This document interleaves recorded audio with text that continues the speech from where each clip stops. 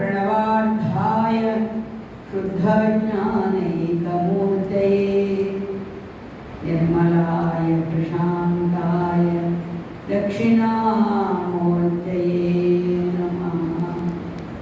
अनन्तशक्तिसम्पन्नममलं कालवेदिनं वन्दे कालीप्रसादं मत्कामितार्थप्रदं गुरुम्। ओम श्री गुरुभ्यो नमः।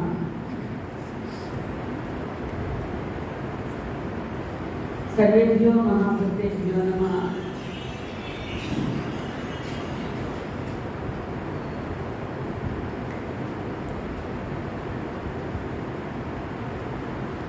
పంచాహ్నికంగా గురుదేవుడు మనకి ఈ సత్సంగ కార్యక్రమాల్ని ప్రసాదించారు. తామే అందులో ఉండి నడిపిస్తున్నారు. తామే సత్యవస్తువు గురించి మనకి అర్థమయ్యేట్టుగా తెలియజేస్తున్నారు. కానీ సత్సంగానికి అయిపోవడం లేదు. కార్యక్రమం పెట్టుకున్నాం కాబట్టి ఇవాళ 5వ రోజు అనేది అంటే కొంత మనందరం చక్కగా వచ్చి కూర్చుంటే మనకి పొడికి ప్రసాదం పెడుతున్నారు కదా, కష్టపడే వరకు ఎన్ని రోజులని పెడతారు చెప్పండి. అందుకని అటువంటి కార్యక్రమానికి అది 5 రోజులు ఒక హద్దు పెట్టుకున్నాము. కానీ సత్సంగం చేసుకోవద్దని చెప్పలా. మనం సర్వావస్థలందు కూడా ఉండాల్సింది గురుక్షేత్రంలోనే ఉండాలి. గురుక్షేత్రంలో ఉంటూ గురుదేవులకి ఎటువంటిది ఇష్టమో, ఏ సేవలు ఇష్టమో ఆ సేవలు మనం ఆచరించుకుంటూ ఉండాలి. ఎక్కడ ఎప్పుడైతే అవసరమో, ఎక్కడుంటే బాగా తెలుస్తుందండి. గుళ్ళో దేవుడికి ఏమైనా చేయాలంటే గుళ్ళో ఉంటే దేవుడికి ఏం చేయాలో తెలుస్తుంది. కానీ ఈ ఇంటి దగ్గర వెళ్ళి నేను అటెండెన్స్ ఎంచుకొస్తాను అంటే గుళ్ళో ఏం కావాలో ఎలా తెలుస్తుంది చెప్పండి. ఎవరో వచ్చారు గబగబా గుడి దగ్గరికి వచ్చేసరికి, ఎవరో వచ్చారో ఢిల్లీ నుంచి వచ్చారో, బాంబే నుంచి వచ్చారో, అమెరికా నుంచి వచ్చారో, వాళ్ళు ఎటువంటి భక్తితో వచ్చారో, ఏదేది దేవుడి సేవకు ఉపయోగించాలని వచ్చారో తెలియాలి అంటే ఎక్కడ ఆ క్షేత్రంలో, గురుక్షేత్రంలో మనకు అవకాశాన్ని కల్పించుకోవాలి. మనం ఒక అవకాశాన్ని కల్పించుకోవాలి. బాబుజీ అలా నాకు ఇస్తారేమో, వచ్చి హాయి ఖాళీగా కూర్చున్నామని ఉంది.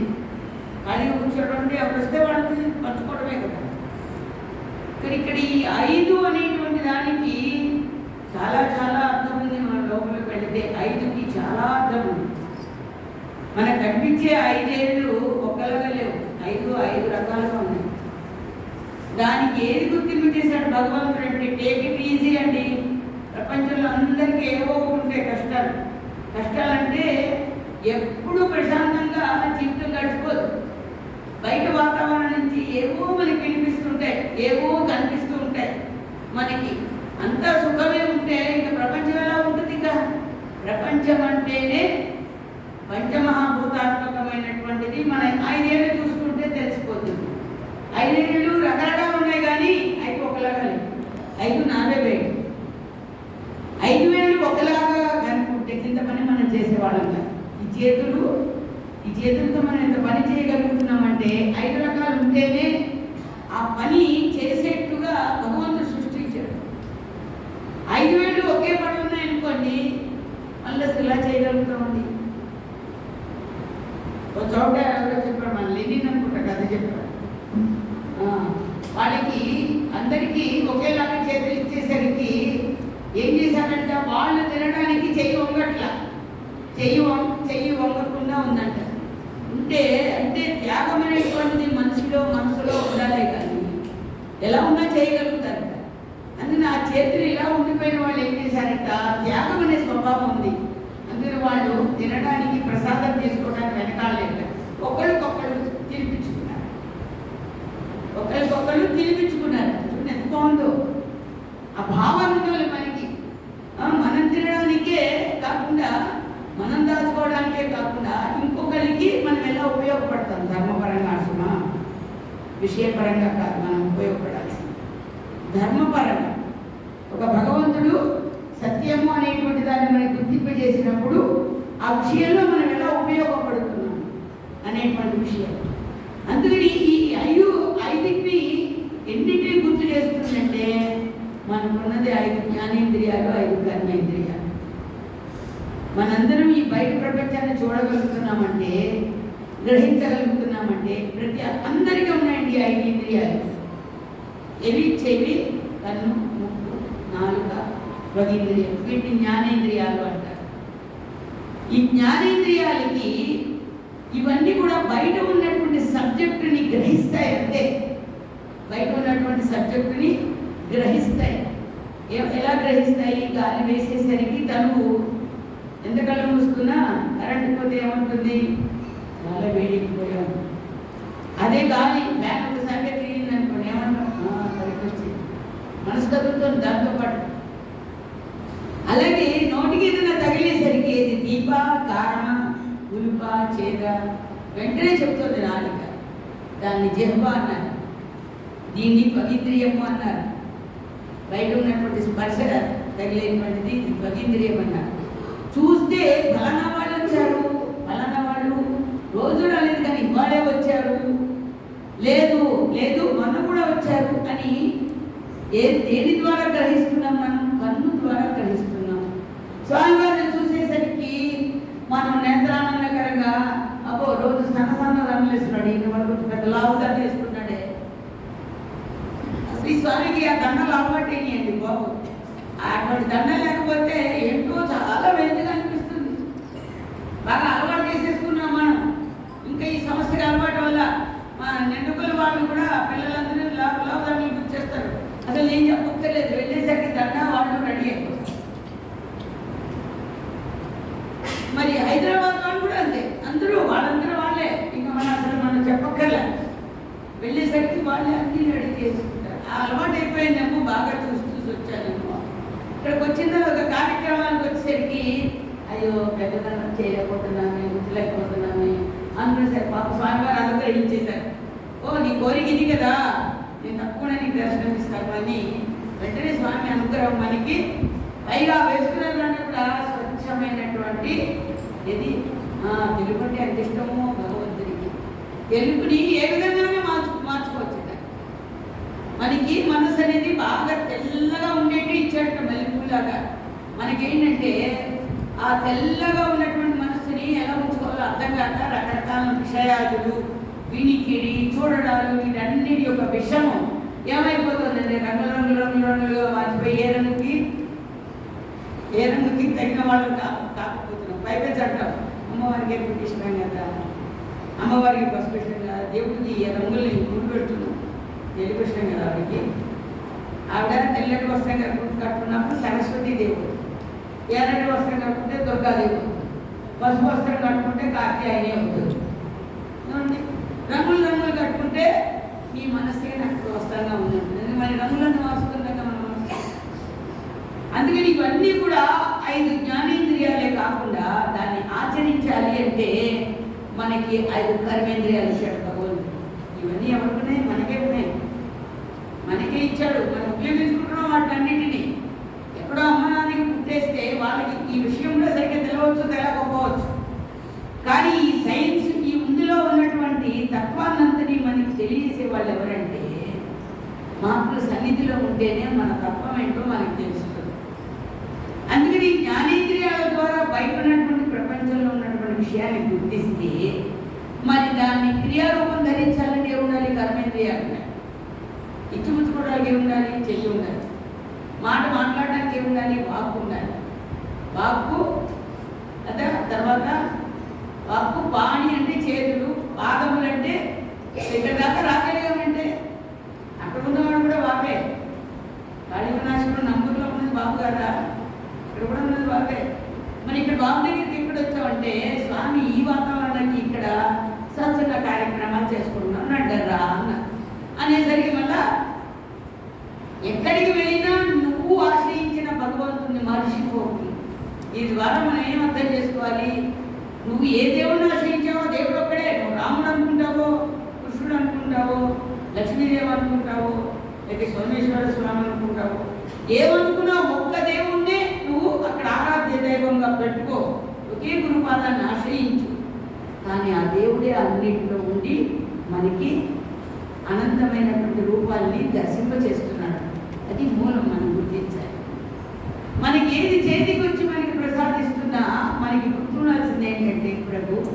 ఇప్పుడు ఈ ప్రసాదం నాకు ప్రసాదించావా అని తినాలి. కానీ అబ్బో వీళ్ళు మైసూర్ పాకం పెట్టారు ఇవాళ అంటే నువ్వు మైసూర్ పాకాన్ని చూసుకున్నావు, కానీ అందులో ఉన్న మాధుర్యాన్ని, ఆ మధురత్వాన్ని ప్రసాదించిన భగవంతుని నువ్వు అనుభవించలేవు.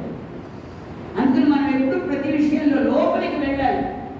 ఒక భక్తుడు ఒక పుష్పాన్ని ఇక్కడ పెట్టాడు అంటే ఆ భక్తి హృదయం ఎంత గొప్పదో మనము ఆ భక్తుడి యొక్క హృదయంలో తొంగి చూడాలి.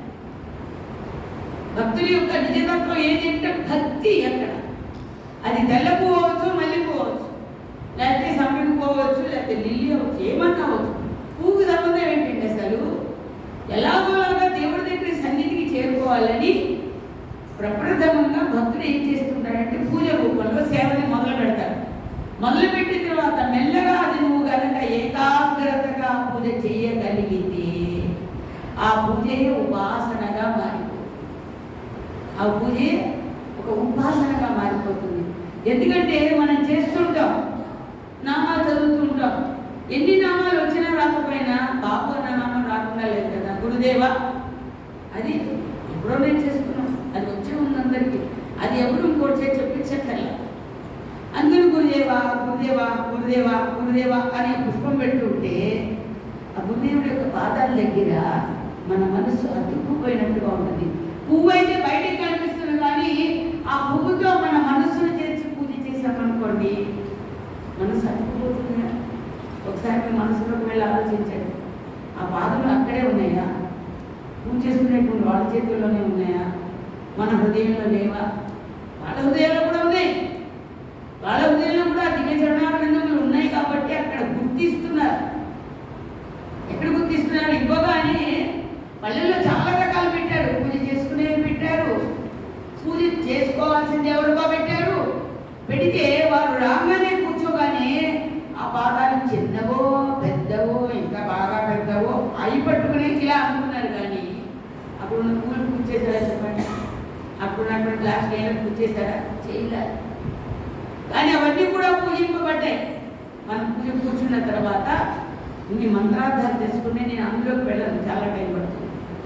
అవన్నీ కూడా ముందర మనం ఏంటంటే ఒక లక్షనామాలు పూజ చేసిన, లక్షపత్రి పూజ చేసినా కూడా చేసేటువంటి పత్రికి పూజ చేసి ఆర్పిస్తారు.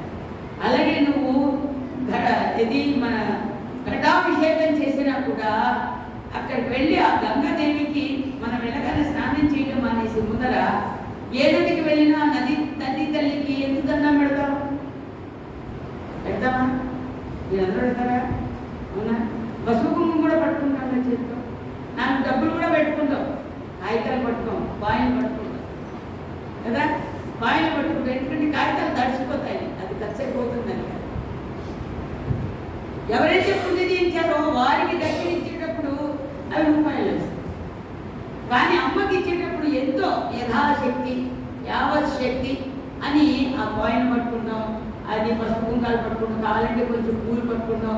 ఇంకా కొంతమంది ఉన్నారు జాకెట్ కూడా చీర పెట్టే వాళ్ళు కూడా ఉంటారు. కానీ ఎత్తుకెళ్ళి ఈ పుష్కరాలు వచ్చినప్పుడు ఏం చేస్తారంటే అందులో అమ్మకి పెట్టాలనిపించింది వాళ్ళకి, కాబట్టి తీసుకువెళ్ళి ఆ చీర దగ్గర కూడా అన్నీ కూడా అమ్మకి మనసారా తలుచుకుని అమ్మని, అమ్మా నువ్వు ఎంత పుష్కలంగా ప్రవహిస్తున్నావో మాకు కూడా వంటలకి అన్నిటికీ ఎప్పటికీ కూడా లోటు లేకుండా తల్లి నీ అనుగ్రహాన్ని చూపించమ్మా వర్ష రూపంలో అని చెప్పి అమ్మవారిని ప్రార్థించుకుంటూ మనం వెళ్ళి ముందర వాటిని వదిలిపెట్టేసి అలా అలా నీళ్ళు తోసేస్తాం. అవునా కదా?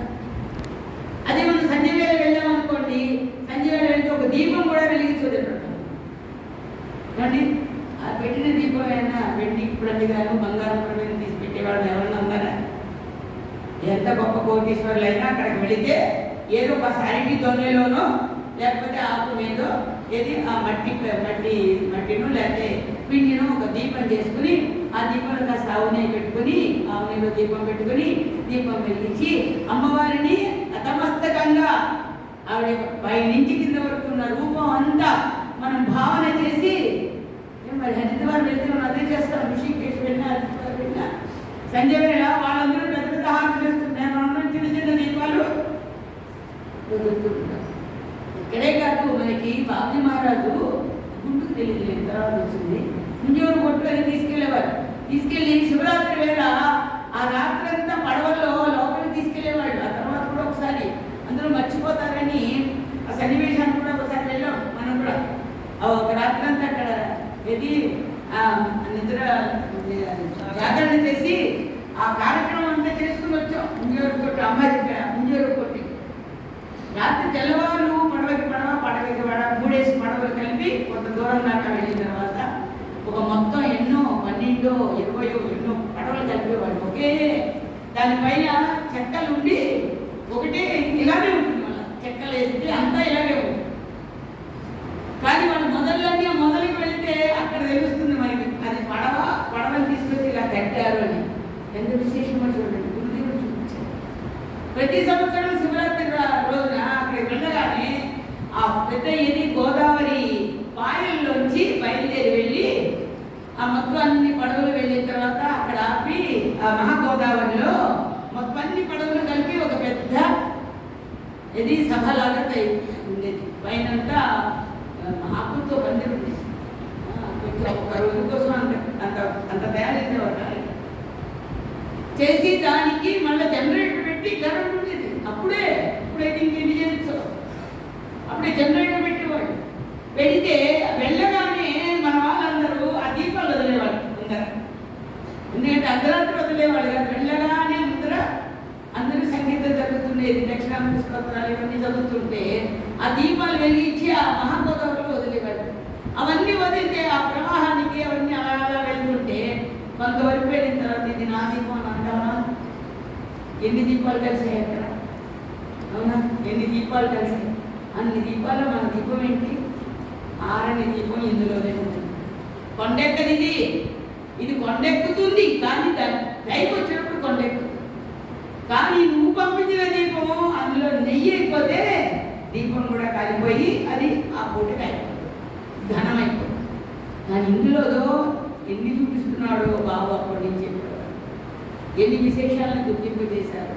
అందుకని ఎక్కడుంది అసలు దీపం? ఇక్కడ వెలుగుతుంది. ఇప్పుడున్న దీపం మనం గుర్తించడానికి ఈ ఇంద్రియాలు మనకు ఉపయోగపడవు. ఇవి మనం అనుకున్న జ్ఞానేంద్రియాలు, కర్మేంద్రియాలు అనేటువంటివి ఈ బయట ప్రపంచంలో తారసపడుతున్నట్టు తపతప కొట్టుకున్నంతసేపు నీలో ఉన్నటువంటి దీపాన్ని అవి దర్శించలేదు. ఈ 5, 5, 10 కర్మేంద్రియాలు 5, జ్ఞానేంద్రియాలు వాక్కు, పాణి, పాద, వాయు, ఉపస్థలు అంటే మూత్ర విసర్జన, మల విసర్జన చేసేటువంటిది, అలాగే మరి జనరేషన్ చేసేటువంటిది అనేటువంటిది జననేంద్రియం అన్ని కలిపి అవి 5, ఇవి 5, ఆ 5 కర్మేంద్రియాలు, ఈ 5 జ్ఞానేంద్రియాలు కలిపి 10 అయినాయి. కానీ స్వయం సత్తా లేదు. అవి వాటి ఉపయోగాలు ఉపయోగించాలంటే వాటికి ఏం కావాలి? మనసు, బుద్ధి, చిత్త, అహంకారాలు అనేటువంటివి 4 అంతరేంద్రియాలు కావాలి. ఇందాక చెప్పిందిగా అవేం గదులు కాదు. ఆలోచించేటప్పుడు మనసు అయ్యింది, అన్నీ ఊగేటప్పుడు చిత్తమైంది, నిర్ణయించేటప్పుడు బుద్ధి అయింది, తెలియజేసేటప్పుడు అహంకారమైంది. మన అమ్మ చెప్పారు. అలాగా ఇవన్నీ ఉన్నటువంటివో ఈ పాంచభౌతిక దేహానికి అవన్నీ ఉండబట్టే మన జీవితం ప్రపంచంలో నడుస్తుంది. అందుకని ఈ పంచముడి వీడాలి ముందర. ఇక్కడ ఏది పంచముడి వీడాలి అంటే పంచులు ఊడిపోవడం కాదు. అక్కడ పంచముడి వీడాలంటే నీకు దేహం మీద ఉన్న అభిమానము రహితం అవ్వాలి. మన దేహం మీద ఇవన్నీ ఉన్నటువంటి దేహం మీద చాలా అభిమానం పెట్టుకున్నాం. దీని మీద మమకారం, అభిమానం కలగాలి. కానీ వ్యక్తిత్వం కోల్పోమని చెప్పాలి. మన ఎవరి వ్యక్తిత్వాన్ని వాళ్ళు ఏది ఎంతవరకు చేయాలో అంతవరకు మనం చేసి చూపించినప్పుడే ఈ జీవితానికి పరమార్థం. అందుకని ఈ వ్యక్తిలో అవ్యక్తమైనటువంటి ఒక అనంతమైనటువంటి శక్తి ప్రకాశిస్తుంది ఇందులో. అది మనం గురువుల, మహాగురువుల యొక్క బోధామృతాన్ని మనం ఆలోచిస్తే తప్ప అవన్నీ మనకు అవగతం. అందుకనే ఏమంటారంటే అటువంటి భాగాన్ని మనం శరణ పొందాలంటే ఈ గురుపాదాలకి పంచ దేహ మనశ్చతుష్క పరస్పరం పంచభూత సకామ షట్క సమీర శబ్ద ముఖేతరం పంచకోశ గుణత్రయాది సమస్త ధర్మ విలక్షణం ప్రాతరేవ హి మానసాంతర భావయే గురుపాదుకా. 5 మనకి తెలిసిన తెలియకపోయినా ఆఖరణ చూడండి, ప్రాతరేవ హి మానస ఏమన్నాడు, అంతర్మానస అంతర్భావయేత్ గురుపాద. ఇక్కడ ఏం కావాలి? ఇల్లు కావాలా, గది కావాలా, అలమార కావాలా? ఈ మనసులు ఎక్కడ లేవు, మనందరూ మనసులు కలిగే ఉన్నాం కదా. ఇప్పుడు అందులో చెప్పారు ఆదిశంకర భగవత్పాదాచార్యుల వారు మానసాంతర్భావయేత్ అన్నారు. అంటే ఇప్పుడు ఈ మనసు అనేది ఎక్కడుంది? ఎక్కడుంది? నీవే అయి ఉన్నావు.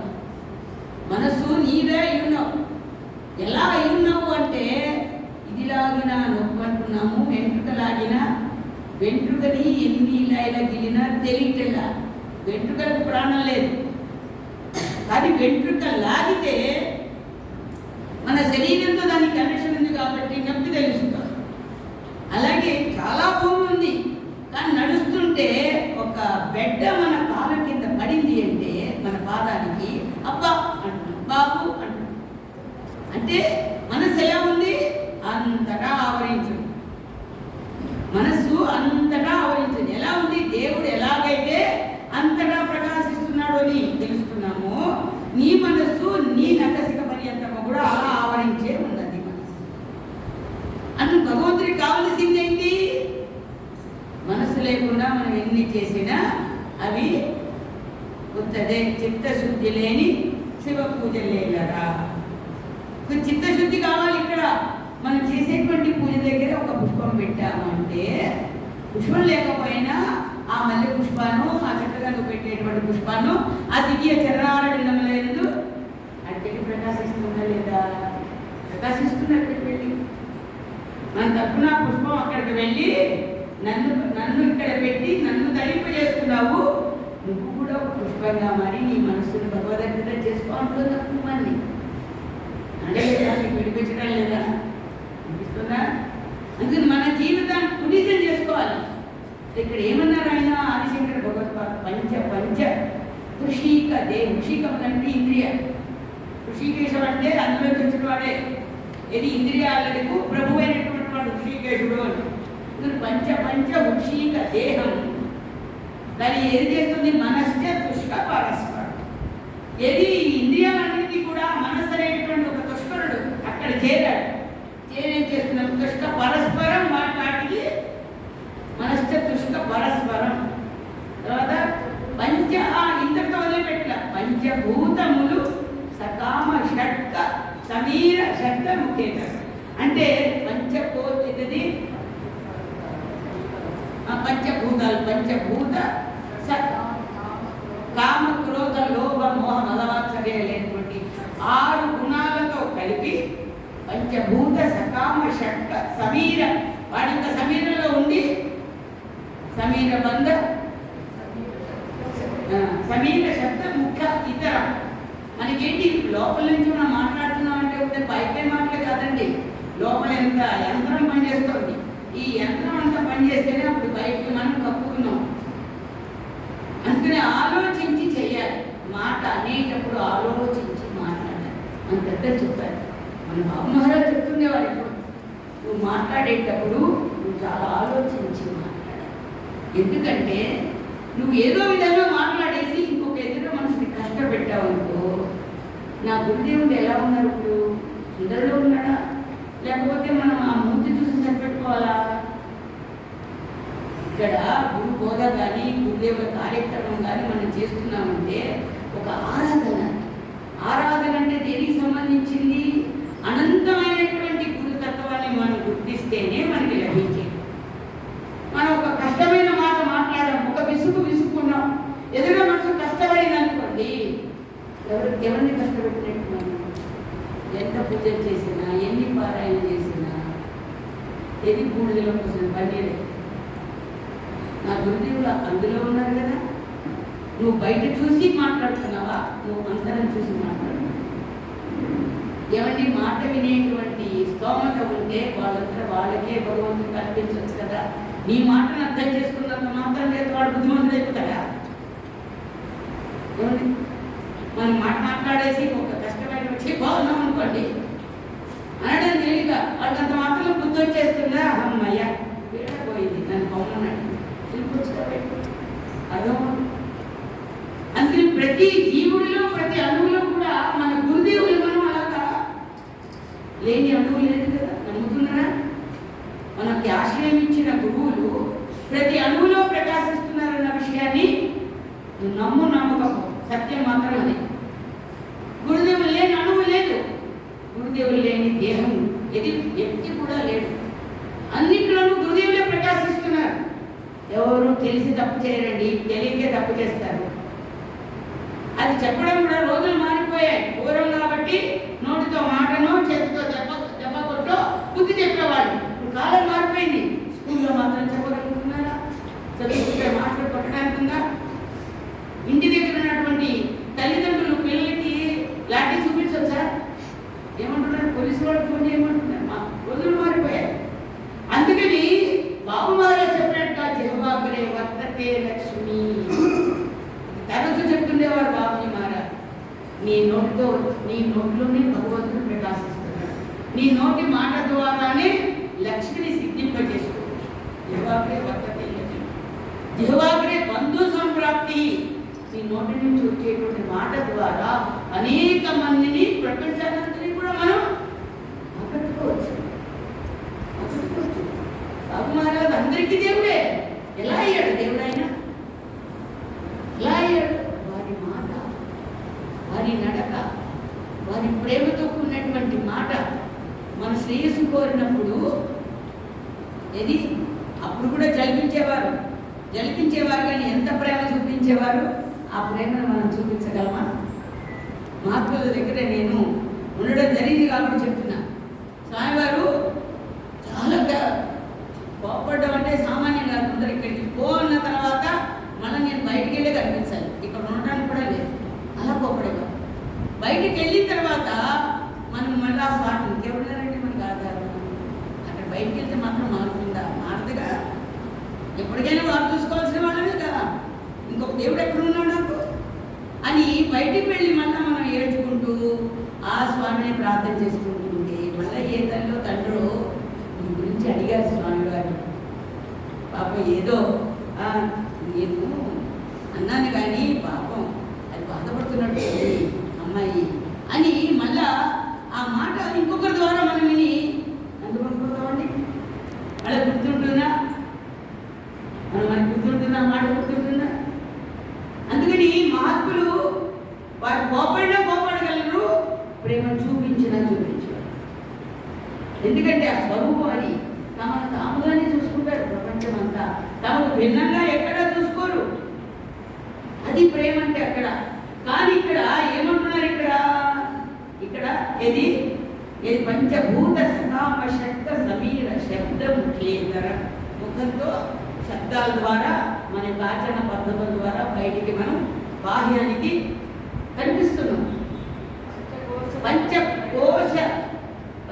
పంచకోశ గుణత్రయాది సమస్త ధర్మ విలక్షణ.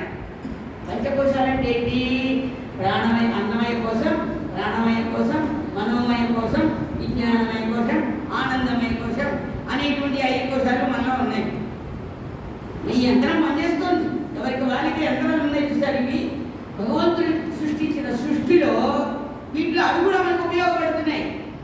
ఇది మనలో ప్రాణమయ కోసం, ప్రాణవాయువు ద్వారా, అన్నమయ కోసం మనం తీసుకున్న ఆహారము మనం తినట్టుగా ఉంటుందా? లోపలికి వెళ్ళిన తర్వాత లోపల ఉన్న భగవంతుడు ఎన్నిటిగా మారుతున్నాడు. ఆ మార్చడంలో మనకి అవసరం లేని పిప్పిని కూడా ఆ ఇంద్రియం ద్వారా బయటికి నెట్టేస్తున్నాడు. ఎవరంటే ఇంత సైన్స్ సృష్టించగలిగేవాడు?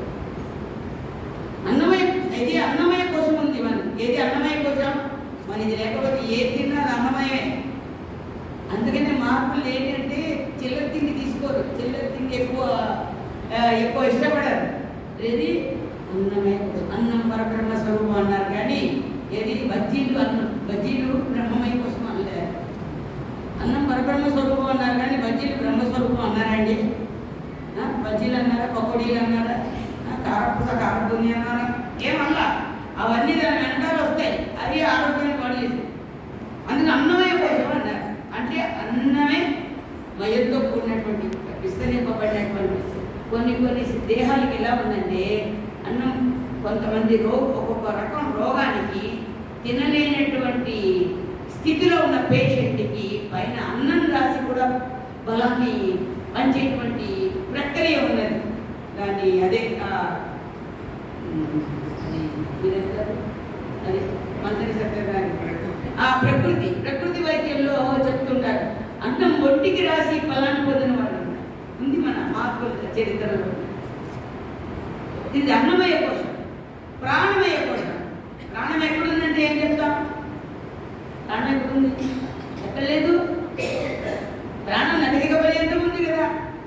ఏది అన్నంతో పోషింపబడినటువంటి దేహము ప్రాణంతో ప్రకాశిస్తుంది. తర్వాత మనోమయ కోశం, మనసు ఎక్కడ లేదు, ముందే చెప్పుకున్నాం కదా. మరి మనస్సు కూడా మనం తీసుకున్న ఆహారం ద్వారా ఆ మనస్సు కూడా ప్రభావితం అవుతుంది. మనం తీసుకునే ఆహార పదార్థాల ద్వారా కూడా మన స్వభావాలు మారుతాయి.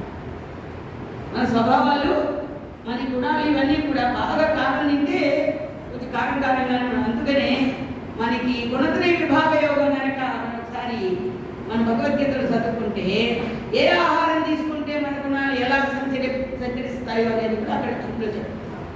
శ్రద్ధాత్రయ విభాగ యోగం, గుణత్రయ విభాగ యోగం అన్నీ కూడా వాటి ద్వారా తెలుస్తుంది. అందుకే ఇక్కడ ఏమైంది? అన్నమయ కోసం, మనోమయ కోసం, ప్రాణమయ కోసం, మనోమయ కోసం, అప్పుడు విజ్ఞానమయ కోసం. వాటన్నింటిలో కనిపించకుండా ఉండి విశేషమైనటువంటి జ్ఞానాన్ని కలిగిస్తుంది. ఏది కలిగిస్తుంది? మనం పూజ చేసేటప్పుడు కూడా మీ మనసు మాట్లాడాలి. పూజ చేసేటప్పుడు కూడా ఈ మంత్రం తర్వాత ఆ మంత్రం అని మనసులో మాట్లాడాలి. చేసుకునే వాళ్ళు కూడా ఈ పువ్వు పెట్టాలి, ఇప్పుడు గంధం పూయాలి, ఇప్పుడు నీళ్ళు వదలాలి. ఇవన్నీ కూడా ఇది క్రియారూపంలో ధరించాం. కానీ విజ్ఞానం దగ్గర ఏముందంటే ఇప్పుడు జ్ఞానం ప్రకాశిస్తుంది. మనం చేసినప్పుడు మన మనసు ఏకాగ్రతగా నిలవాలి. నిలిచిందా? అమ్మ చెప్పారు కదా, పుష్పం పెట్టినా పెట్టకపోయినా మన మనసే పుష్పం చేసి ఆ భగవంతుడి పాదాల దగ్గర పెట్టాలి అన్నప్పుడు ఏ మాత్రం సెన్స్ ఉన్నా అందరూ స్వామివారి దివ్య చరణారవిందముల దగ్గర మనం అక్కడికి వెళ్ళి చూడలా. ఇక్కడ ఉన్నప్పుడే ఆ దివ్య చరణారవిందములు పెద్ద పాదములవి.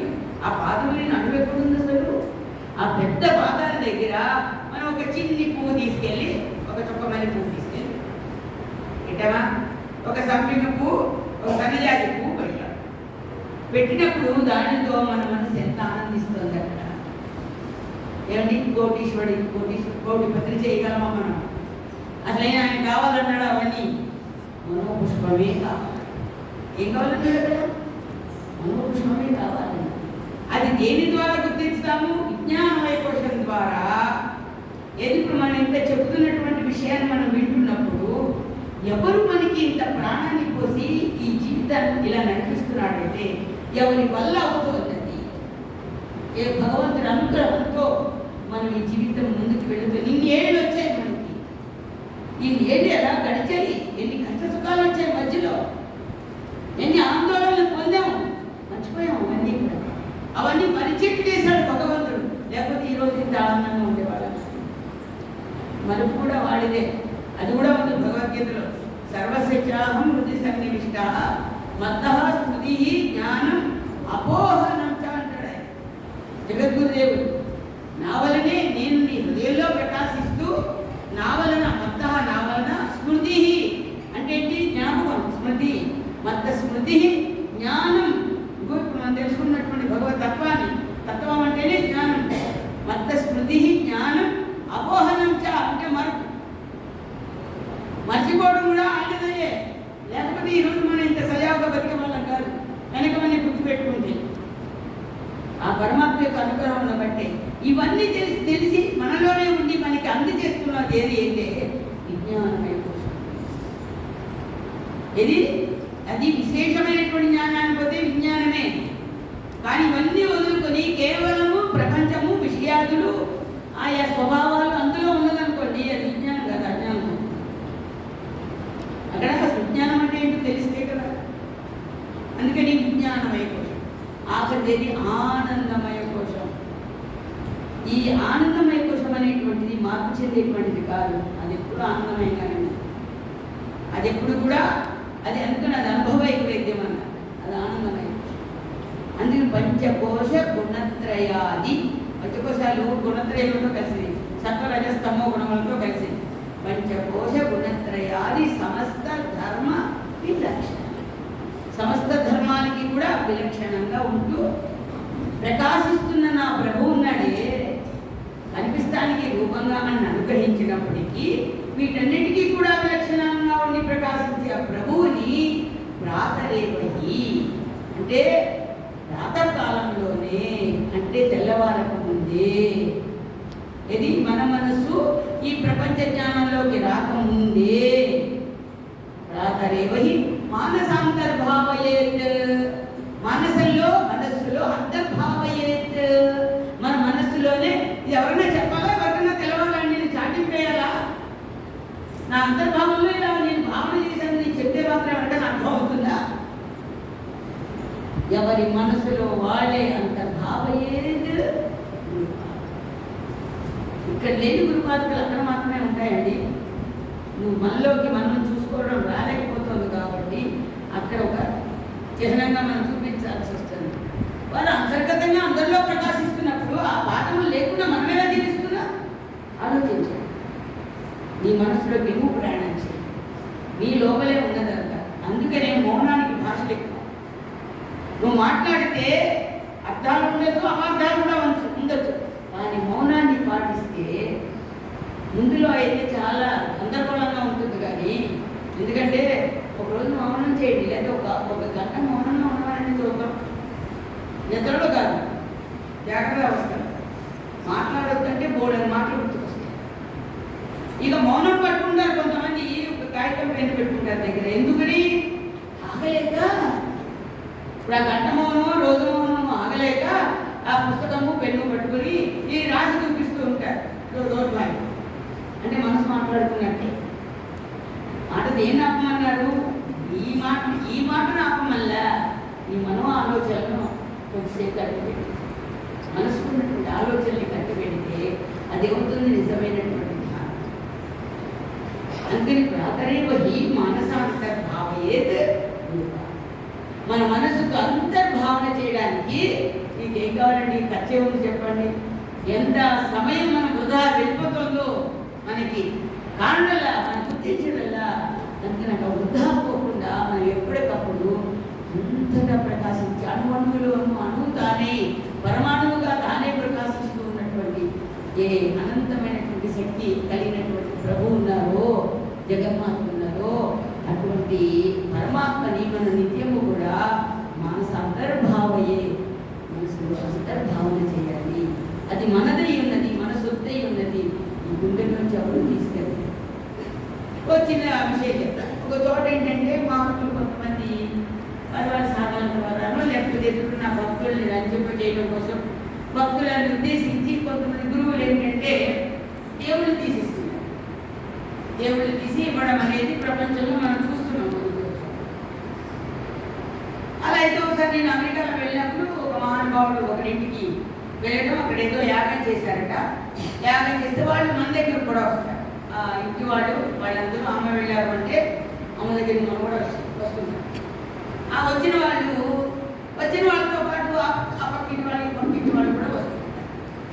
వస్తే కొంచెం వాళ్ళతో వచ్చిన పక్కింటి ఆవిడ కొంచెం బాగా ఎక్కువ మాట్లాడటంలో మాతాజీ మొన్న ఇగో ఈ పక్కనది ఈ ఇంట్లో అలాంటి స్వామి వచ్చారని పెద్ద యజ్ఞం జరిగింది అక్కడ.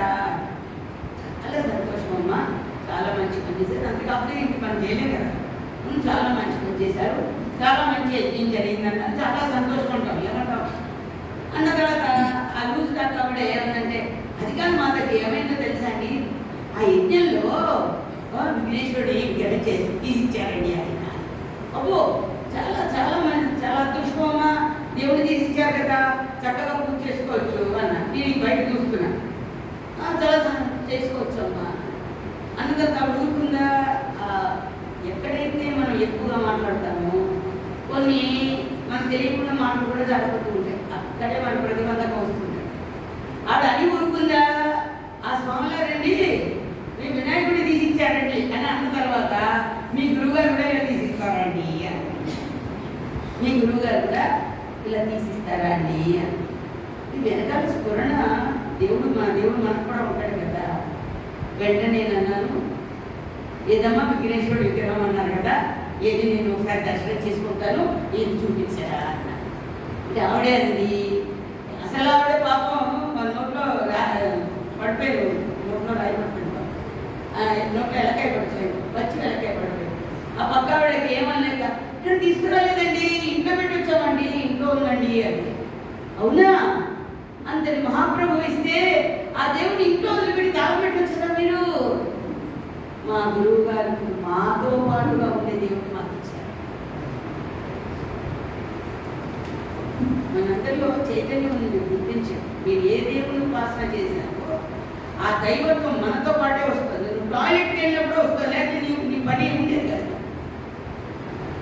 ఎందుకంటే బహిర్భూమికి వెళ్ళి కూడా మంచి తత్వ దృష్టిలో వాళ్ళని వాళ్ళు మర్చిపోయి దాన్ని శరీరాన్ని ఏకం తీసుకున్న వాళ్ళు ఉన్నారండి. మలాన్ని దాన్ని దృష్టి లేదట, వాళ్ళకి ఆ దృష్టి లేదు. ఏమంటే మలం అంటే విడిచిపెట్టిన తర్వాత ఎంత అసహించుకుంటాం మనం. మలాన్ని ఒంటికి పూసుకున్న వాళ్ళు ఉన్నారండి మహాత్ములు. అంటే ఏంటి, వారికి శరీరము అది మలం అనేటువంటి దృష్టి కూడా లేదు.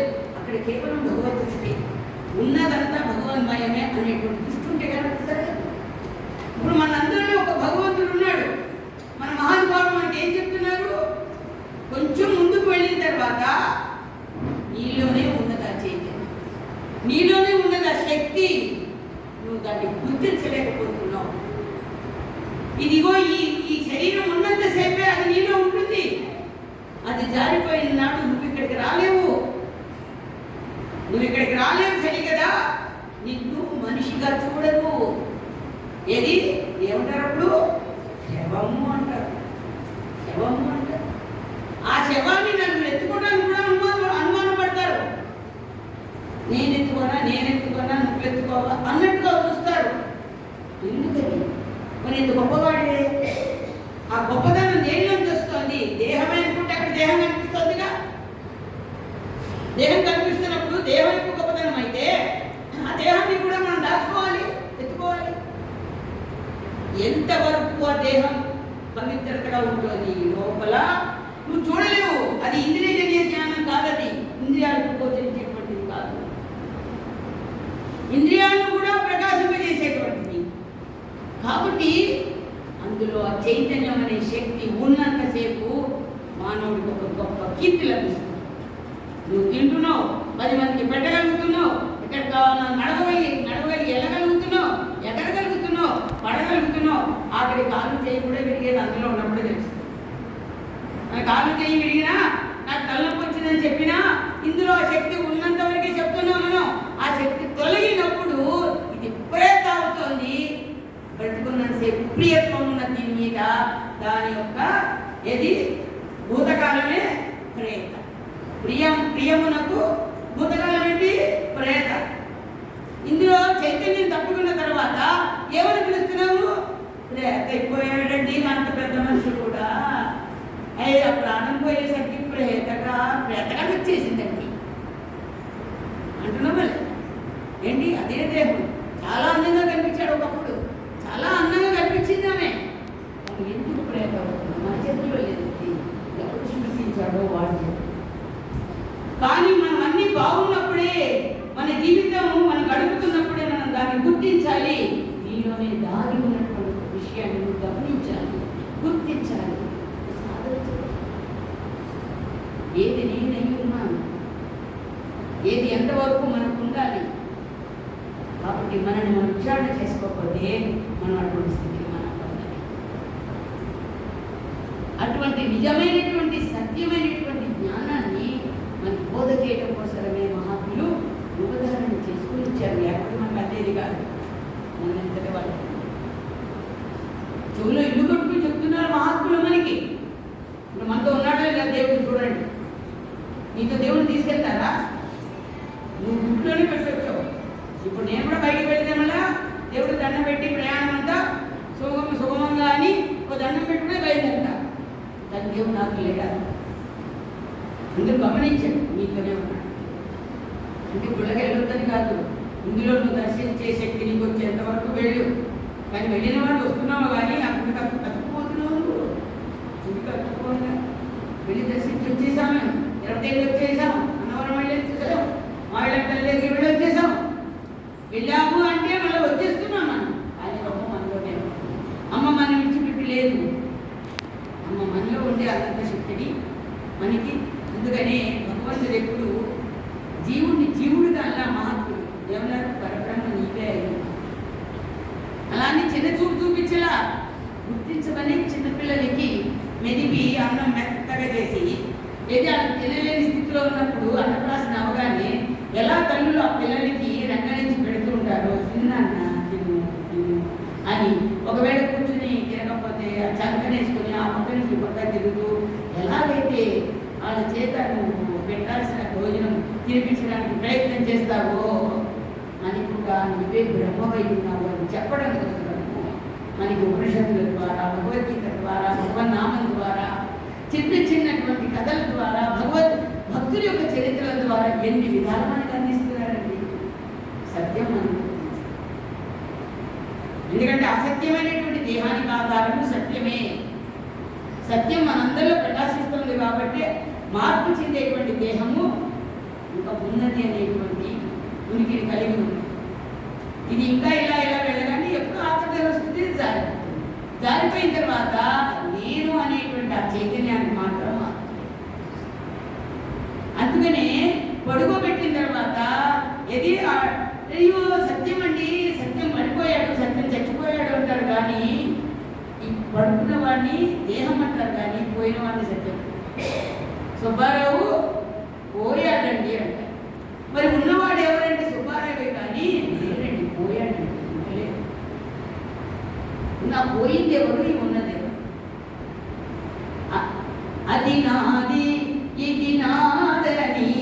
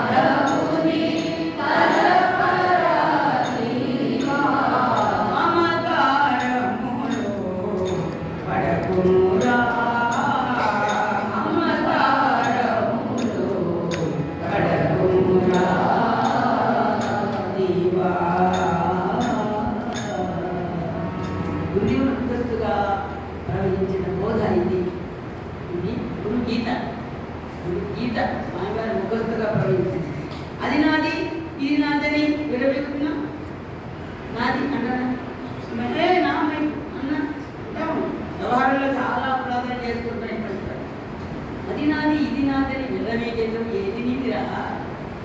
ఏది నీది? వెళ్ళిన వాడు ఏమైనా ఒక్కడ పట్టుకెళ్తున్నాడా? నాది నాది అన్నవన్నీ ఇక్కడ వదిలిపెట్టి వెళ్తున్నాడు తప్ప నాది నాది అనుకున్న ఇల్లు వెళ్తుందా? తనదాన్ని బహుభాగ్యాలు వెళ్తున్నాయా? ఇది బ్యాంక్ బ్యాలెన్స్లు డిపాజిట్లు వెళ్తున్నాయా? ఓళ్ళని నగలు పెట్టుకుంటారు కదా, ఆ నగలు వెళ్తున్నాయా? కుదురుతారా ఎవరన్నా? అంటే వాడు వంటింటిన నగలున్నా చెప్పేటప్పుడే మొత్తం నగలన్నీ తీసి బయటపెడతారు. ఒకవేళ పోయిన ఒంటి నింటిన నగలు పోయిందనుకోండి, ఎందుకంటే మన తర్వాత ఎలా ఉంటుందో ఏంటో అని మొత్తం ఒంటి మీద నగలన్నీ వచ్చేసి ఏదో అందువరకు సర్దేసి బయట అది పోయాడమ్మా అని బయట పెడతారు వాడు. పట్టిన తర్వాత ఇంకోటి ఉంది, ఆ నోట్లో కొంచెం బంగారం ఉన్న గ్రామ్ బంగారం ఉన్న పెట్టాలని కొంతమంది కొన్ని ఉండేసరికి ఏమి పెట్టారు, ఏమైనా పెడతారు, ఉంగరం పెడతారు అనుకుంటున్నారు మీరు. వెతికి వెతికి వెతికి ఎక్కడో పనికిరాని ఒక పోగుకి వెనకాల సేవ ఉంటుంది సరే, అర్జెంట్గా సేవ కోసం వెతుకుతారు ఇప్పుడు. మళ్ళీ ఎక్కువ ఇస్తే మళ్ళీ వెళ్ళిపోతుంది కదా. అందుకని సీల వెతికి దానిలో కూడా అంతెందుకమ్మా ఏదో శాస్త్రానికి అని ఒక ముక్క దాన్ని కట్ చేసి ఈ పైన కదా.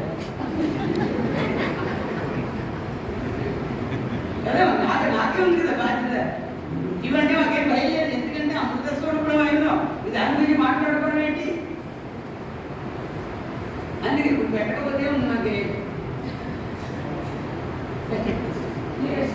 వేస్తుందా లేవనిస్తానండి.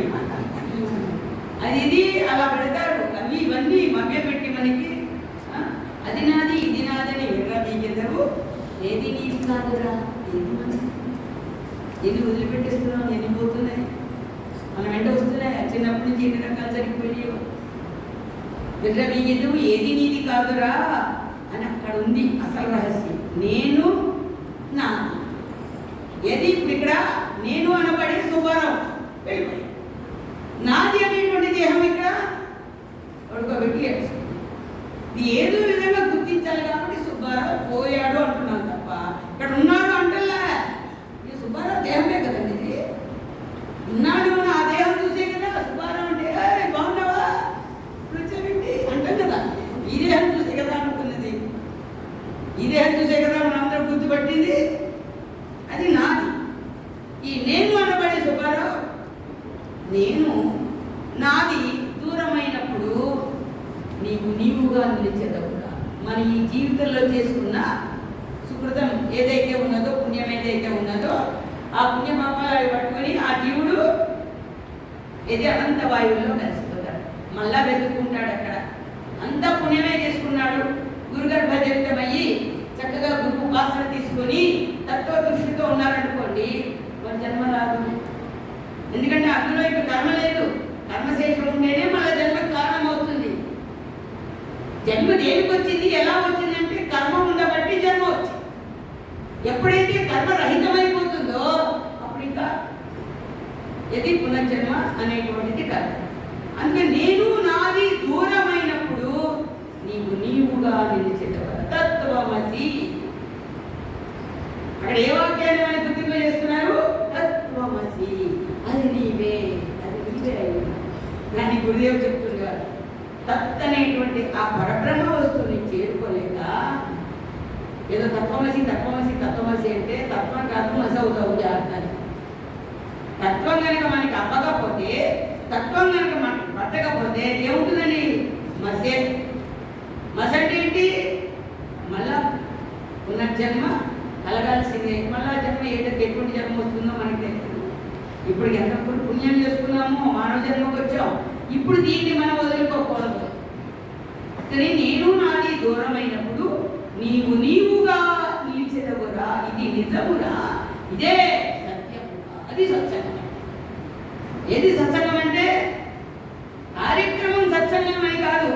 ఏదైతే మనం ఇక్కడ విచారణ చేసుకున్నామో దాన్ని నువ్వు విచారణ చేస్తే సత్యమే తాను అనేటువంటి విషయాన్ని అనుభూతిలో మిగిలిపోతుంది. దాని జరిగేదేదో ఈ ప్రపంచంలో కాలంతో కూడినటువంటి కాలంతో ప్రయాణం చేస్తుంది. దేవుడు కాలానికి సంబంధించింది, ఇది ప్రయాణం చేస్తుంది. నిన్నటి రోజుకి వాటికి రాదు కదా. మన జీవితంలో నిన్న గడిచిపోయింది. ఇవాళ రేపు రమ్మంటే వస్తుందా, రాదది. ఇప్పుడు పోయినటువంటి సంవత్సరాలన్నీ వెనక్కి తిప్పుదామంటే వచ్చేవా, రావు. ఇది కాలమానం ప్రకారం జరగాల్సినటువంటిది. అది నేను అనేటువంటి దానికి వృద్ధక్షయాలు లేవు. ఆత్మవస్తువుకి వృద్ధక్షయాలు లేవు. అక్కడ స్త్రీ పురుష లింగ భేదం లేదు. అక్కడ దానికి రాకడా పోకడా లేదు. అనంతంగా ప్రకాశిస్తుంది. ఈ ఆకాశము మరి బిల్డింగ్ కట్టక ముందు ఒక ఖాళీ స్థలం ఉంది. అక్కడ అందరం ఈ ఖాళీ స్థలంలో వచ్చి మనం ఏం చేసాం, త్యాగం చేసుకున్నాం. ఇక్కడ టెంటేటివ్గా మనం ఏది పందేళ్ళు వేసుకుని ఆ టెంట్లు అవి వేసుకుని మనం పెద్ద యాగం చేసుకున్నాం. ఇక్కడ అక్షలక్ష్మి యాగం చేసుకున్నాం. ఆ తర్వాత మరి 11 రోజులు ప్రోగ్రామ్ చేసుకున్నాం, 7 రోజులు మనం ఇక్కడ సప్తాహం చేసుకున్నాం. మనం అప్పుడు మన గుప్తా గారి ఇంట్లో భోజనాలు పెట్టారు పాపం. మరి అప్పుడు భగవంతుడు అట్లా ఇచ్చాడు. అప్పుడు అలా జరిగింది. అప్పుడు ఏం లేదు, అసలు ఈ ప్లాన్ కూడా లేదు.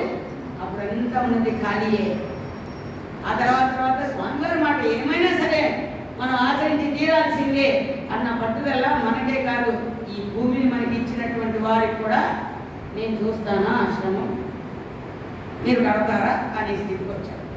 అని వెంటనే మన శ్రీరామన్నయ్య గట్టిగా పట్టుబెట్టి ముందుకు తవ్వగా ఎంత కంగారు పడ్డాడు, తొందరగా పూర్తి చేయండి, తొందరగా పూర్తి. వెనక నుంచి తోసేవాడు కూడా ఒక లేకపోతే ముందుకు వెళ్ళలేము. వెంటనే అందరూ ముందుకు వచ్చారు. తర్వాత వారు కూడా దీనికి ఎంత సహాయం, స్థలమే కాదు దానికి కట్టుబడి కూడా వారు హెల్ప్ చేశారు, వాళ్ళు సహాయం చేశారు. అంతేకాకుండా ఎంతమంది భక్తి హృదయాలు ఇక్కడ సేవకి సహాయానికి నిలబడ్డారు. నిలబడేసరికి ఏమొచ్చింది ఇక్కడ, ఒకప్పుడు ఖాళీ అనుకున్నాం, ఇప్పుడు బృందావనం అంటున్నాం. అవునా, అంటున్నా కదా. ఇక్కడి నుంచి బయటికి వెళ్ళిన తర్వాత కూడా బృందావనం అంటావా? దీంతో పాటు ఆ సైడ్తో పాటు ఈ సైడ్ కూడా ఖాళీగానే ఉంది అప్పుడు. కానీ ఇంత కట్టుకునేసరికి ఇది మఠాకాశం అయిపోయింది. ఆ మామూలుగా ఉన్న ఆకాశము ఇక్కడ ఈ బిల్డింగ్ కట్టేసరికి మఠాకాశం అయింది. ఈ మఠాకాశము మళ్ళా ఏమవుతుంది, అనంతమైనటువంటి మహాకాశంలో భాగమే కానీ దాన్ని విడదీయడానికి లేదు. అలాగే పరమాత్మ సర్వవ్యాపకంగా ఉన్నటువంటి పరమాత్మ ఇన్నిట్లో ఎంతమంది ఉన్నా అలాగే ఇక్కడ తీసుకొచ్చి కొన్ని కుండలు పెట్టామండి, ఘటాకాశం అంట. కుండలు తీసుకొచ్చి ఇదంతా ఖాళీగా ఉంది, మనం వచ్చి కూర్చున్నాం. ఇదంతా నిండిపోయింది అనుకోండి, ఇంకా మనం ఎక్కడ కూర్చున్నాం? ఇక్కడ ఆకాశం అంటే అవకాశం, ఖాళీ. ఆ ఖాళీలో కుండలు పెట్టామండి. కుండలు పెడితే కుండ పెట్టేసరికి ఏం చేసాం అక్కడ, అది కుండాకాశం. దాని పేరు కుండ. కుండలు కూడా ఖాళీ ఉంది. ఆ కుండలో ఉన్న ఖాళీని ఏమంటాం, ఘటాకాశం అంటాం. అలా వెళ్తూ పిల్లవాడు ఒకటి కనపట్టుకుని దాన్ని కుండలన్నింటి కొట్టుకుంటూ వెళ్ళిపోయాడు. అవన్నీ విచ్ఛిన్నమైపోయినాయి. ఏముంది అక్కడ, ఉండలేదు. ఏముంది అక్కడ, ఆకాశం. దాన్ని కూడా మహాత్ములు ఎలా చెప్పారంటే, కుండ చేసి పెట్టుకున్నా అంటే, కుండ చేసేటువంటి వాడు పచ్చి కుండలు కాల్చకుండా ఆ పచ్చి కుండలు చేసి పెట్టాడు. చేసి పెడితే అటుగా పశువులు వెళ్తున్నాయట, గేదెలు వెళ్తున్నాయి. వెళ్తూ అవన్నీ కూడా వాటిని తొక్కుకుంటూ వెళ్ళిపోయాయట. తొక్కుకుంటూ వెళ్ళిపోతే ఆ చేసిన వాడికి అయ్యయ్యో నా కుండలని విచ్ఛిన్నమైపోయినాయి అనుకున్నాడు. కానీ మళ్ళా మట్టిని నీళ్లు పోసి తొక్కి మళ్ళా మంతనాలు చేసి మళ్ళా కుండలు చేశాడు. మళ్ళా రూపాలు వచ్చాయి వాటికి. కానీ ఒక రోజున కుండలన్నీ కూడా కాల్చి కూడా పెట్టాడు. కుండలు, మట్టి కుండల్ని, పచ్చి కుండల్ని ఏం చేశారు, దాన్ని ఆవేస్తారు. ఆవంటారు దాన్ని, అంటే కాల్చాడు. కాల్చిన కుండలను నీళ్ళగా పెట్టాడు. మళ్ళా పశువులు ఏం చేసాయి, గబగబా తొక్కుకుంటూ వెళ్ళిపోయాయి. అన్ని ముక్కలు అయిపోయాయి. ఇప్పుడు లబోదిబోమని ఏడుస్తున్నాడు. ఎవరా కుండ చేసిన వాడు లబోదిబోమని ఏడుస్తున్నాడు. ఎందుకు ఏడుస్తున్నాడు, కాలిన కుండలు కదా అవి. కాలిన కుండలు మళ్ళా కుండలు అవ్వాలంటే అవుతాయా? అబ్బో. ఇంకా అందుకని దానికి పునర్జన్మ లేదు. కాల్చిన కుండకి మళ్ళా తయారు చేయడానికి అవకాశం లేదు. పచ్చి కుండ అయితే మళ్ళా కుండ తయారు చేయడానికి అవకాశం ఉంది.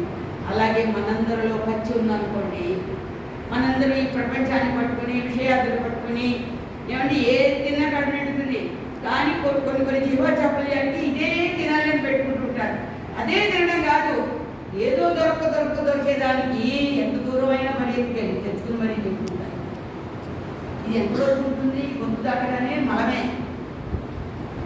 విచారణ చేస్తే కానీ మనకు అందదు, సామాన్యంగా ఉంటుంది. కానీ మన జీవితాల్లో చాలా ఒక్కొక్క రోజుని, ఒక్కొక్క పూటని వేస్ట్ చేస్తుంది.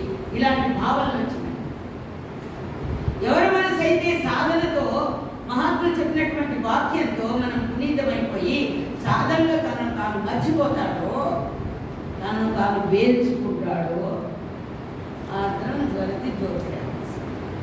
ఎవరిని తనను తాను వేల్చుకుంటాడో, వేల్చుకున్నటువంటి వాడికి మన పునర్జన్మ దోషం ఎందుకు వస్తుంది? పునరావృత్తి ఉండదు.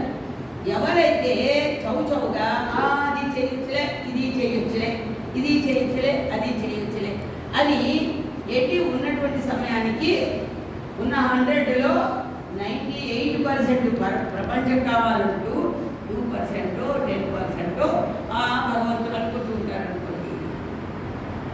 అది కాలేదా? కాలేదు, పచ్చిగా ఉంటుంది.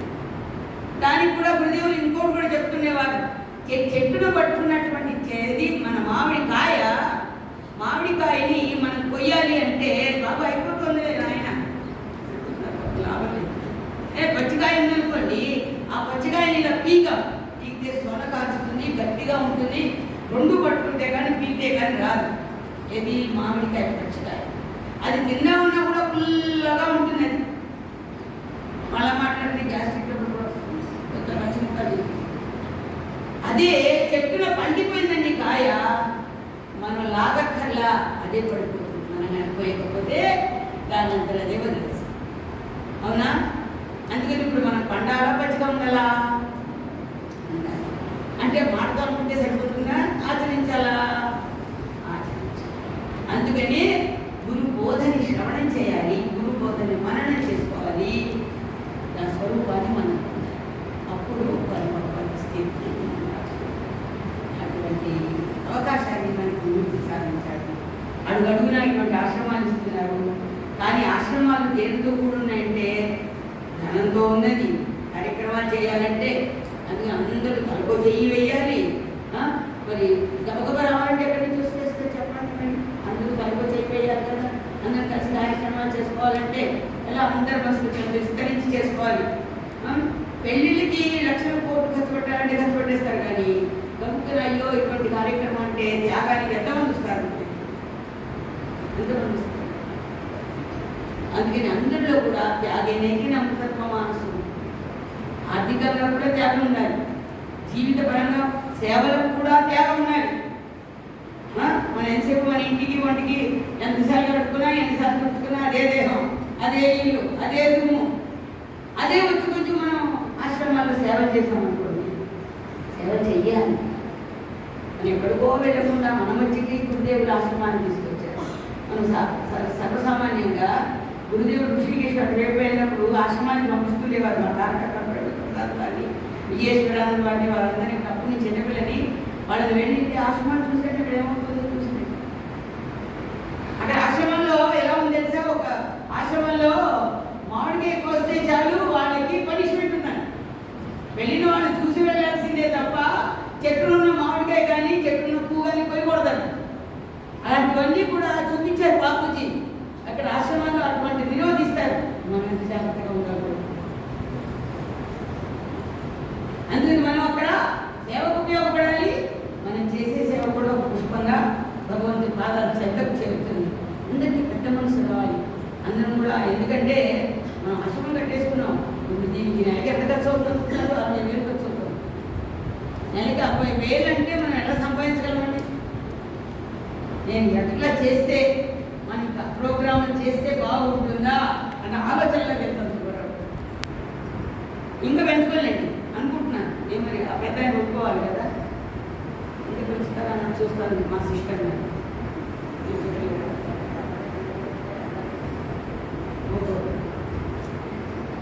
ఇది పెద్ద ఆడిటర్ అయిపోయింది.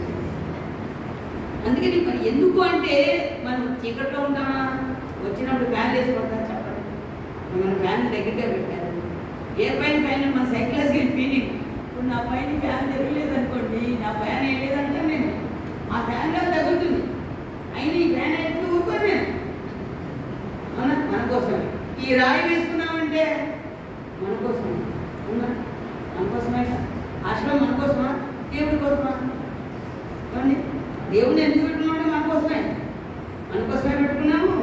మనమే ఇక్కడ తిరుగుతాము, మనమే ఇక్కడ కూర్చుంటాము, మనమే మంచిగా కావాలి, మనకే అల్పాచమానాలు కూడా కావాలి. మానవుడు అయిన తర్వాత అందరూ కూడా పెద్ద మనసు చేసుకొని మనం ఏం చేస్తే బాగుంటుంది, ఎట్లా మనం సంస్థల్ని అభివృద్ధి చేయాలి. అటు ఆర్థికంగా మీ సంసారాలు ఎలాగైతే పెంచుకుంటూ వెళ్తున్నారో ఇల్లు మీద ఇల్లు పెంచుకోవట్లే. ఇల్లు మీద ఇల్లు, పొలం మీద పొలం, అలాగే డిపాజిట్ మీద డిపాజిట్, లేకపోతే ఇలాంటివన్నీ పెంచుకోవట్లా. అలా ఎలా పెంచుకుంటున్నారో అంత పెంచక్కర్లా. వచ్చినట్టు ఖర్చు పెట్టుకుంటే చాలు. ఇది లాభం వద్దు, నష్టం వద్దు. నో ప్రాఫిట్ మా యూకే ఆడిటర్ కానీ దేశంతో యూకే ప్రెసిడెంట్ ఆవిడ ఆడిటర్ అండి. ఆవిడ మంచి అందుకని అడుగుతుంది, నేను అనగానే no profit no loss goal చేస్తున్నారు. ఇప్పుడు యూకేలో సంస్థకి వెళ్ళి వీళ్ళే వండుకుంటున్నారు, అంత వంట మనుషులు లేరు, వీళ్ళే వండి ప్యాక్ చేసి ఎదిగి లేని వాళ్ళందరికీ పంచి పెడుతున్నారు. ట్రస్ట్కి అటువంటి సేవలు కావాలి చేస్తున్నారు అందరూ కూడా. మన ఈ మధ్య కూడా చాలా వాళ్ళు కూడా కలిశారు, మనకి ఇంగ్లీష్ వాళ్ళు కూడా కలిశారు. మీరు ఇట్లాంటి గొప్ప సేవ చేస్తుంటే మేము కూడా మీకు సహాయం చేస్తామని వాళ్ళు కూడా ఆ చేతులు కూడా ఇంట్లో పెట్టారు.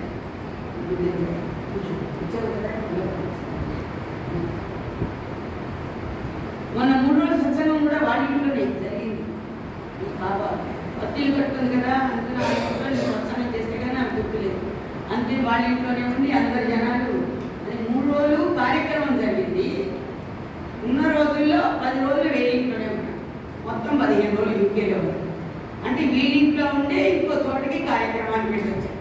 అలా 2 పూట్ల ప్రొద్దునే ఇంటి నుంచి బయలుదేరడం, మధ్యాహ్నం ఒక చోట ప్రోగ్రామ్ చేయడం, రాత్రి ఒక చోట ప్రోగ్రామ్ చేయడం, మళ్ళీ ఇంటికి రావడం. అట్లా మమ్మల్ని భరించారు. వాళ్ళ ఇంట్లో ఉన్న టాయిలెట్లు ఏంటనుకున్నారు? 2. అందులో ఒకటి మాతాజీది. ఇప్పుడు ఉన్నది ఒకటే టాయిలెట్. ఇప్పుడు ఏం చేశారు? బయట గవర్నమెంట్ టాయిలెట్లు ఉంటాయి కదా, అద్దెకి తెచ్చారు. అద్దెకి తెచ్చి దానికి కావాల్సిన విధానంగా దొడ్లో అమర్చారు. అమర్చేసరికి నేను ఎలా ఉన్నాయో ఏంటంటే వచ్చిన జనాన్ని అడిగాను, మీరు వెళ్తున్నారా? టాయిలెట్ బాగానే ఉందా? శుభ్రంగా ఉన్నామా? మీరు వెళ్తున్నాం కదా, నీళ్ళు వస్తున్నాయి, అందులో బాగానే ఉంది అంటారు. బాబుజీ చూపించారు అంతే, ఎక్కడికక్కడ బాబుజీ ఇచ్చారు, బాబుజీ చూపించారు. ఇప్పుడు మరి ఎంతమంది ఉన్నాం అక్కడ? నిజంగా 30 మంది ఉన్నాం, ఇంకా ఎక్కువే ఉన్నాం కూడా, ఎక్కువే ఉన్నాం, ఇంకా 60 మంది వరకు. అయినా తక్కువ చేయండి బాబు మనకి, అందుకు కూర్చోలేదు. అందుకని అలాగా మన ట్రస్ట్ ఇంకా ఇంకా ఎదుగుతుంది. ఇతర దేశాలు కూడా మనదల్లా ప్రచారం చేయటమే. నీలో ఉన్న శక్తిని నువ్వు గమనించాలి, నీ ఇంటిని నువ్వు చక్కబెట్టుకోవాలి. ఇది ఈ ఇల్లుందే, ఈ పంచభౌతికమైనటువంటి ఈ ఇది ఉందే, ఈ వెహికలతో ఉన్నటువంటి ఇది సుఖ ప్రారంభ గ్రహచార బండి ఉందే, ఇది జారిపోయే లోపల మన జీవితాన్ని పండించుకోవాలి. అవునా కదా? అవునా? ఈ జీవితం జారిపోయే లోపల మన జీవితాన్ని మనం పండించుకోవాలి. మనం మానవ జన్మకు వచ్చాము, మహాజన్మ అయిపోవాలి. మహాత్ములు ఆశ్రయించారు కాబట్టి గొప్ప జీవితం అయిపోవాలి. అలా అందరూ ప్రయత్నం చేయండి. మీకు తెలియకపోతే రండి, అమ్మ చెప్తుంది. ఇలాంటి సత్సంగాలు కూడా మీకు పోలేదు, చక్కగా మంచి మాటలను అందిస్తారు. అంతేగాని బయట ఉన్నవి సినిమాలు, లేకపోతే టీవీలో, లేకపోతే పనికిరాని కబుర్లో ఏది ఎంత కావాలండి, కట్టుకోవడానికి ఎంత కావాలి, తినడానికి ఎంత కావాలి మనం ఆలోచించుకుంటే మనకు అవసరం లేనంత సమయాన్ని చాలా దుర్వినియోగం. కాబట్టి అందరూ ఇంతవరకు చెప్పిన విషయాల్లో మంచిని, ఇదందరూ మంచిని గ్రహించి ఏదైనా మీకు మనం కష్టపెట్టినటువంటి ఆ విషయాన్ని అమ్మ వదిలిపెట్టేయండి. ఎప్పుడు కూడా గురుదేవుడు చెప్పినట్టుగా మంచిని అలవర్చుకోవడం కోసం, మంచినే చూడడానికి, మంచినే చేయడానికి మన మానవ జీవితం ఆ మహానుభావులు చాలా చాలా వారి అవతారం అంతా మనకి త్యాగం చేసుకున్నారండి. ఇలాంటి అవతార పురుషులు ఎంతెంతమంది వారి యొక్క అవతారాలను మనకి త్యాగం చేసుకున్నారో ఎంత చెప్పలేము. కాబట్టి మన జీవితం అయిపోతుంది, వెళ్ళే లోపల నీలో ఉన్న సత్యత్వాన్ని మనం గుర్తించాలి. సత్యస్వరూపులే మనం కానీ ఈ భౌతికమైనటువంటి ఈ దేహం కొంతవరకు వస్తుంది మనతో. ఆ విషయాన్ని గమనించి గ్రహించి సత్యాన్ని గుర్తించమని అందరినీ ప్రార్థిస్తూ అటువంటి శక్తిని, భక్తిని, అఖండ సాధన సంపత్తిని శ్రీ గురుదేవుడు మనందరికీ ప్రసాదించుగాక. సుఖీ భవ, సుఖీ. అఖండ భక్తి జ్ఞాన వీరాలను, ఆయన ఐశ్వర్యములను, పుత్రపౌత్ర ధనధాన్యములను, నిరంతర భగవన్నామాముల శాశ్వతాన్ని, ఆత్మానందాన్ని ప్రసాదించి సర్వదా జగన్మాత జగన్నాథుడు గురునాథులు మనని అనుగ్రహించుగాక. సుఖీ భవ, సుఖీ. హరి ఓం.